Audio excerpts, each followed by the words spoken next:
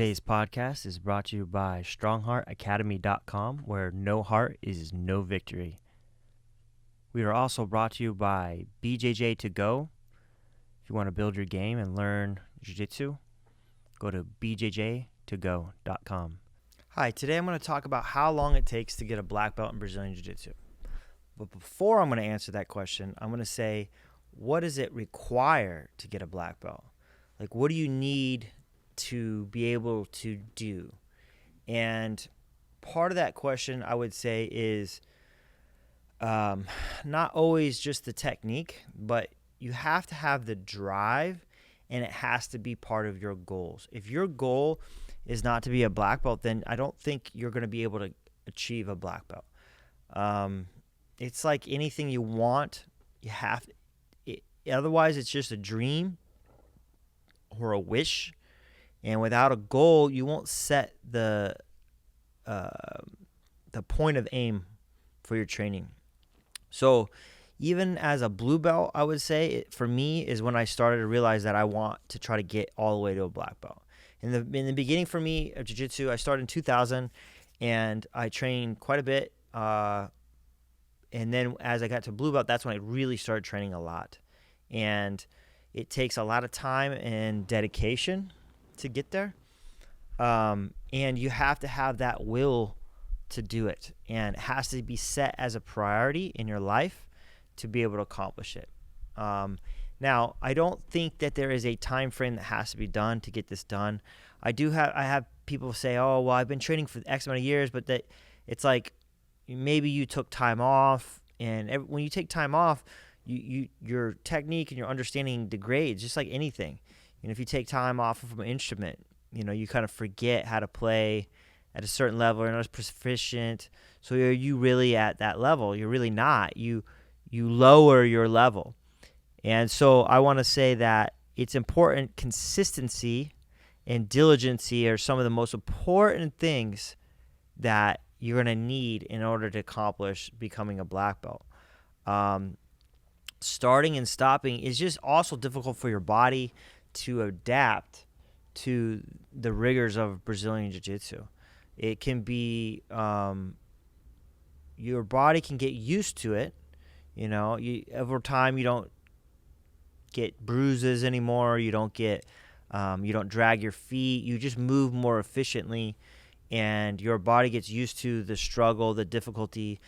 Just like lifting weights. If you lift weights once a month, it won't do much for you. So, you got to be lifting twice a week, I would say at least, or once a week. But same thing with Jiu-Jitsu, I would say minimum of twice a week for X amount of years. No giant breaks unless you get injured. But, when you take time off, again, you won't remember everything. Your feel of it, your cardio will go away. Cardio is first. And you need that consistency, just consistency. So I always kind of talk about where in Arizona is like the Grand Canyon. The reason the Grand Canyon was a stream, it was the Colorado River eventually made the Grand Canyon over time. It's consistency. It's slowly cracking at it, slowly getting it down, but consistency. The river doesn't take a break and stop flowing in order to do its thing. So, millions of years, you got the giant Grand Canyon.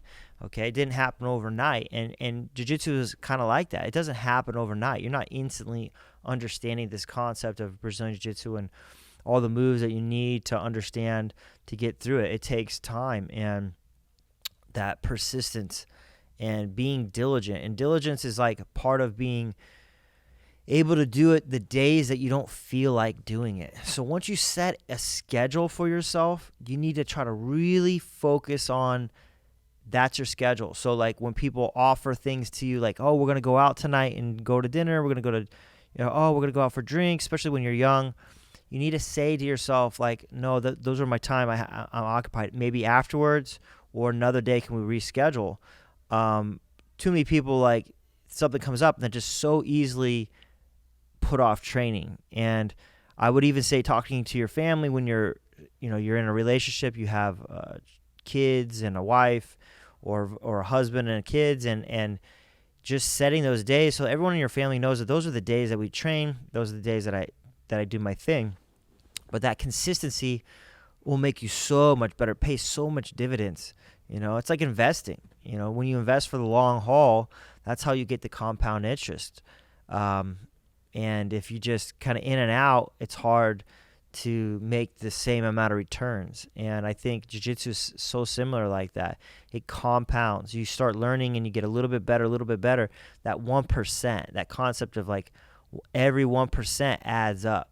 I'm 1% better today, or even 1% better every 2 weeks. You're 2% better at the end of the month. By the end of the year, you're at 24% better than you were the year before. That's a lot. 24% better is a lot of increase of skill. Now, if you just start, maybe you're 1% every day, every time you train, that even adds up even more. So that's 8% a week or a month.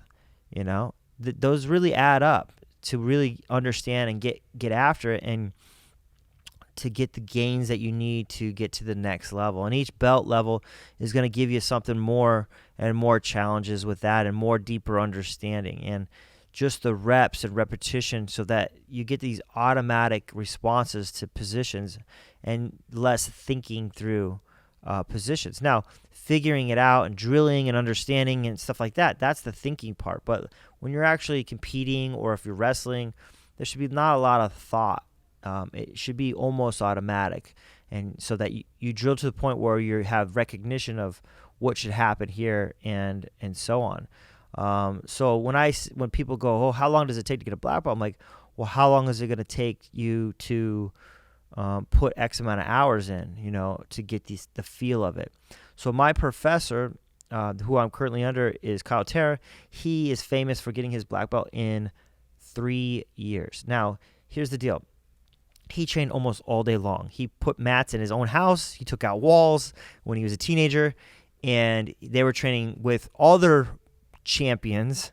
And multiple guys that he was training with were also world champions. So that also helps, that they're going to push you, and you have the ability to learn quickly. And he was also winning everything. So once you start winning everything, instead of being sandbag, you want the next challenge. Like, oh, you're winning at blue belt. Okay, it's time to move at purple belt. You're winning at purple belt. Time to move at brown belt.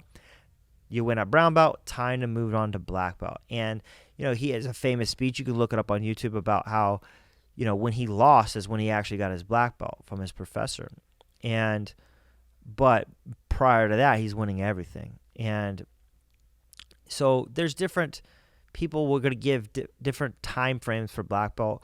When I first started, it was very common to be 10 years to earn a black belt. And I think that's gone down quite a bit. I think, 6 to 7 is more common now.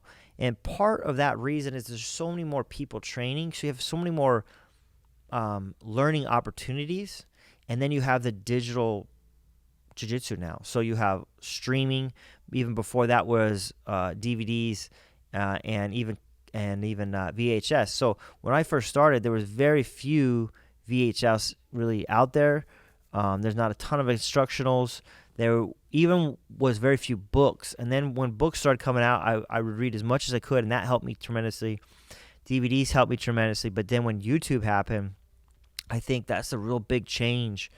People would film tournaments and learning what other people are doing, and then the kind of arms race of jiu-jitsu started happening, of like, oh, he's doing this, then I'm going to do this. And the learning just really accelerated, and people can learn a lot on their own. So even when you're not training, you're also learning. And I highly recommend to all my students, I have an online training platform, bjj2go.com. It's great. We also put a curriculum on there, so my students have the monthly curriculum they have access to. But before, you might learn something when I first started jiu-jitsu, and you wouldn't see it for a while. And it was hard to ask questions of positions. There wasn't a lot of time to do that. I'd also use my weekends, my open mat time, to practice anything that I wanted to work on, because during a class, we're working on whatever the professors wanted to do. Oh, we're doing side control today. Okay, we're only going to do side control techniques. But weekends gives me an opportunity to work on positions that maybe I need to work on, like escapes or different positions. Maybe I want to work mount instead, or guard, or certain types of sweeps. So using your extra time to do extra training is a way to accelerate a little faster and to understand the techniques a little faster. And then, for my academy, we have a curriculum, and each stripe that we test for. So even to white belt, we're testing a blue belt, purple belt, brown belt, black belt. So they know what they need to know, but we also need a certain amount of efficiency in order to get there to that next level, and a deeper understanding of jiu-jitsu. And getting that black belt, I think it's different between each school, what they believe is necessary. I do think there's a lot of black belts, in my opinion, that aren't really black belts. There are some schools that are giving out black belts, I think, to people that aren't exactly, in my opinion, worthy of being a black belt. There's also the understanding that there's a difference between a 22-year-old world champion black belt and a 52-year-old black belt. They're not going to be playing the same game. The 22-year-old would smoke the 52-year-old for sure. That's why we have Masters Division in competing in jiu-jitsu, because there is an age gap difference, but the knowledge still needs to be at a high level. I've gone against some black belts that, like, their knowledge just, to me, was lacking, their understanding of very basic principles of fundamentals jiu-jitsu. And I believe to be a black belt, you have to have the fundamentals down forwards and backwards, and then everything else is great. Learning the modern game of jiu-jitsu, I'm a firm believer in learning the modern game of jiu-jitsu, but if you don't have your fundamentals down, then I just don't think you're a black belt, in my opinion. So we've had I think my fastest student at my school was 6 years. I think Adrian got his in 6 years, and that's a lot for a lot of people. You can go to college in less time and get a bachelor's degree. It took me 8 years, and I thought that was a little fast, but I was training a lot. I was training three times a day. I was teaching. I was doing private lessons. I mean, it was a lot. I put a lot of work in to get there. But I think if I had videos and streaming platforms, I could have got there even faster. And then even if you're training with a high level team, that's going to help get you there a little faster. If you're competing, that's going to help get you a little faster. But it's really up to your professor at the end of the day. The IBJJF has a kind of little guide where they think everyone should be at a certain times. And you can look that up at ibjjf.org, and they will kind of give you the time needed for each belt. But those are, kind of like guidelines. If you're going to ask to get membership through IBJJF. So that's something, if you want to look up, you can look that up online and get more information on that. Me personally, it's going to be probably a minimum of 6 years, but I don't like to give exact time frames because every individual is different. A young kid that's in his teens that's been training, 5-6 days a week, and he's training multiple times a day. And then, some of these guys, they don't have jobs. They literally, we ran into some people, the kids' pans, where these kids are home taught and they don't go to school, and they just train in the morning and they train at night, and then they do schooling in between at home. And so they just have more opportunities to train and get better. And so they're going to get their belts a lot faster because they're putting in more work, but that's not a realistic average for most people. And you can get a black belt as an older individual. You started later than others. It might take you a little longer, but you shouldn't have to rush becoming a black belt. The goal should be there. You should strive for it. You should strive to get better. But at the end of the day, everyone's journey is their own. So hopefully that helps you guys understand kind of Strongheart's philosophy on how to attain the black belt. I'm a third degree black belt, about to get my fourth degree. And the degrees do matter. They go by years. I'm in 14 years of being a black belt right now, so I'm about to get my fourth degree. And but the initial black belt is the most exciting one, getting the black belt before you get the stripes. And I think it's awesome. It's a great feeling. It was a huge accomplishment in my life, and I highly recommend it. It's a great goal to set for yourself, to strive for. So thank you. Hopefully that helps. Peace. Let me talk for just a second, help me feel that sense of rhythm. Find the meanings in our bearings and discover this position as a stage along the way. Another rung to the ladder, either stalling or you're climbing, and I'd rather beat the ladder. Instead of getting fatter, let the footsteps resume naturally.